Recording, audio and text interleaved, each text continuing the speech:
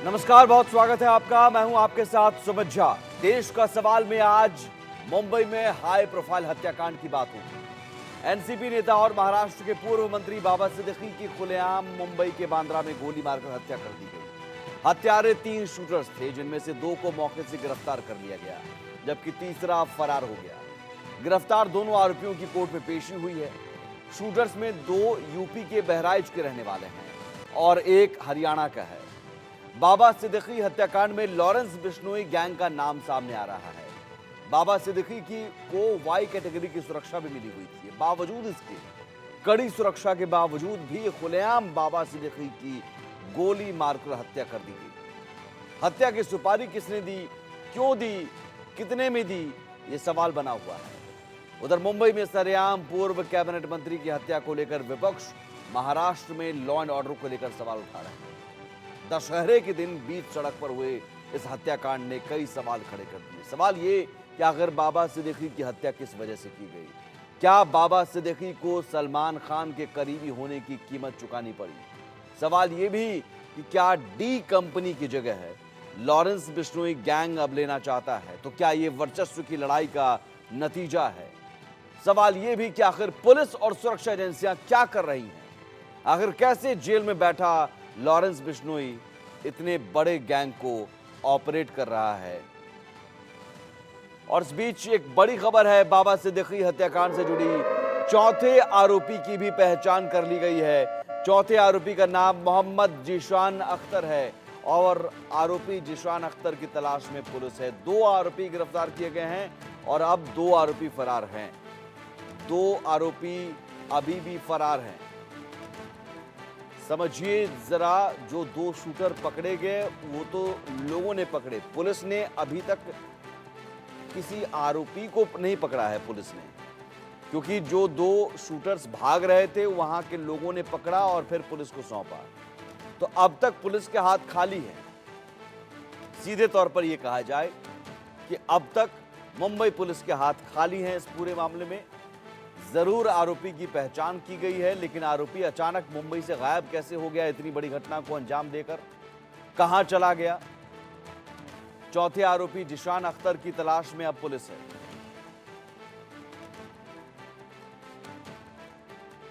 Ex minister बाबा सिद्दीकी, इन पर जानलेवा हमला हुआ था। दुर्भाग्य से उनमें उनकी मृत्यु हुई है, ऐसी खबर है। और ये बहुत ही दुर्भाग्यपूर्ण घटना है, दुखद घटना है। और इसमें 2 आरोपी अरेस्ट है, ऐसा पुलिस कमिश्नर भंसालकर जी ने मुझे कहा है। और एक आरोपी फरार है। ये दोनों, एक हरियाणा और उत्तर प्रदेश का है। तीसरा आरोपी की जो फरार है उसको पकड़ने के लिए पूरी पुलिस की टीम, क्राइम ब्रांच काम कर रही है और उसको जल्दी पकड़ा जाएगा। और ये तीनों के ऊपर कड़ी कार्रवाई हो जाएगी। कानून व्यवस्था बनाए रखने के लिए सरकार पूरी तरह ऐसे आरोपी, ऐसे गुनहगारी को वहाँ पर रोक लगाएंगे और ये केस भी जो है फास्ट ट्रैक के में ली जाएगी और जल्द से जल्द इनके ऊपर कार्रवाई होगी, इनको सजा होगी। मैं तो बिल्कुल विश्वास नहीं हो रहा है कि ये घटना हुई है, लेकिन हमारा एक नेता बाबा सिद्दीकी ये बहुत सालों से पॉलिटिक्स में काम कर रहे हैं। यहाँ बम्बई में उन्होंने कॉरपोरेटर के नाते भी शुरू में काम किया 10 साल, और उसके बाद कांग्रेस के एक एमएलए के नाते भी उन्होंने 99, 2004, 2009 ऐसे 3 टर्म वो चुनाव जीत के आए। बहुत अच्छा असेंबली में भी उनका काम था, मैंने खुद देखा। मिनिस्ट्री में भी वो थे, मिनिस्ट्री में भी उनका काम बहुत अच्छा होता था। जो भी उनका डिपार्टमेंट है, उनके डिपार्टमेंट का पूरा स्टडी करके लोगों को कैसी मदद हो सकती है इसके बारे में वो ज़्यादा ध्यान देते थे। और कल जो घटना हुई है वो घटना आज तक हमें विश्वास नहीं हो रहा है कि ऐसा कुछ हुआ है, लेकिन पुलिस डिपार्टमेंट ने तुरंत उसके बारे में जानकारी शुरू की है। 2 लोगों को उनके हाथ में लगे हैं, 2 लोग, और भी कुछ लोग हैं। उनको ढूंढने के लिए, उनको लाने के लिए 5 टीम पुलिस डिपार्टमेंट ने लगवाई है और अलग अलग स्टेट में उनको भेजा है। सीएम साहब भी इसके ऊपर उनका ध्यान दे रहे हैं, खुद होम मिनिस्टर भी दे रहे हैं और मेरा भी है, हमारे बाकी साथियों का भी है। और जल्द से जल्द पता चलेगा कि एग्जैक्ट ये सब करने का कारण क्या है। राज्य सरकार किसी को सुरक्षित नहीं रख सकती है। सिर्फ राज्य सरकार लोगों को तोड़ना, लोगों को खरीदना। खुद अमित शाह आके बोलते हैं कि ब्लॉक लेवल के कार्यकर्ता, छोटे कार्यकर्ता, उनको भी थोड़ो, खरीद लो। अगर यही राजनीति चलती रहेगी तो क्या होगा इस देश का? कुछ नहीं, ऐसा ही होते रहेगा। मुझे नहीं मालूम कौन सी गैंग है, क्या गैंग है, लेकिन किसी का मरना ये समाज के लिए अच्छा नहीं, और वो भी गोली बारूद से मारा जाना, और वो भी पुलिसों के बीच में, क्योंकि अच्छा इस सरकार की यानी इज्जत पूरी उतर गई है। सरकार ने सही मानों में तो इस्तीफा दे देना चाहिए। हमने तो ओपनली बोला आपको, लॉ एंड ऑर्डर वहाँ पर ठीक नहीं है, और वो लोग उनको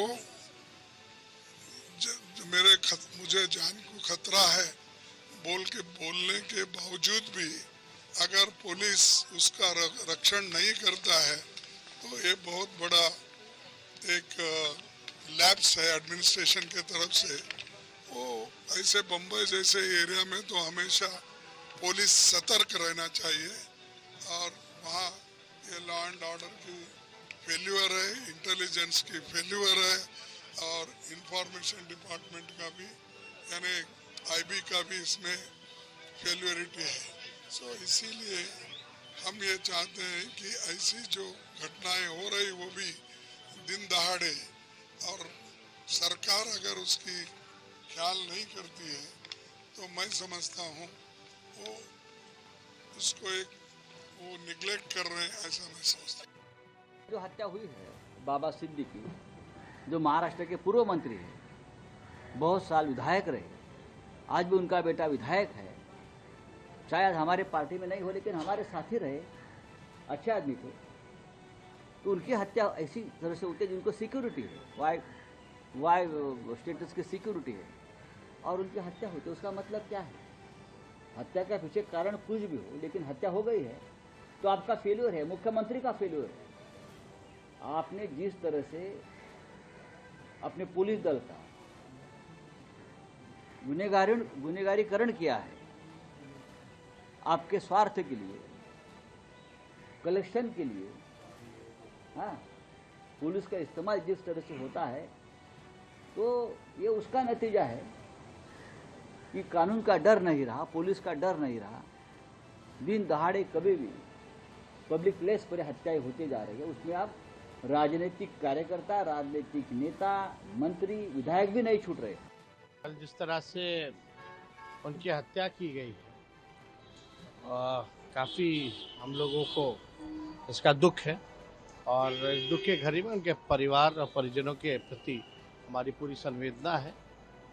बाबा सिद्दीकी तो हमारे ही जिला गोपालगंज के रहने वाले, बिहार के मूलतः निवासी रहे, और कुछ दिनों पहले ही जो है जब बॉम्बे हम गए थे तो उनसे भी मुलाकात हुई थी, उनके पुत्र से भी मुलाकात हुई थी। अब ये जान करके बड़ा दुखद है, लेकिन आश्चर्य करने वाली बात है, जो बॉम्बे इतना बड़ा शहर, ख़ास तौर पे जो बांद्रा जो लोकेशन है, जो कॉलोनी है, अगर वहाँ ऐसी घटना हो जाती है तो आप समझ सकते हैं कि कोई भी सुरक्षित नहीं है।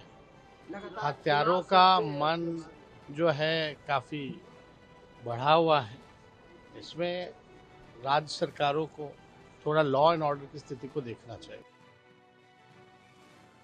और इस बीच इस पूरे मामले में एक बड़ी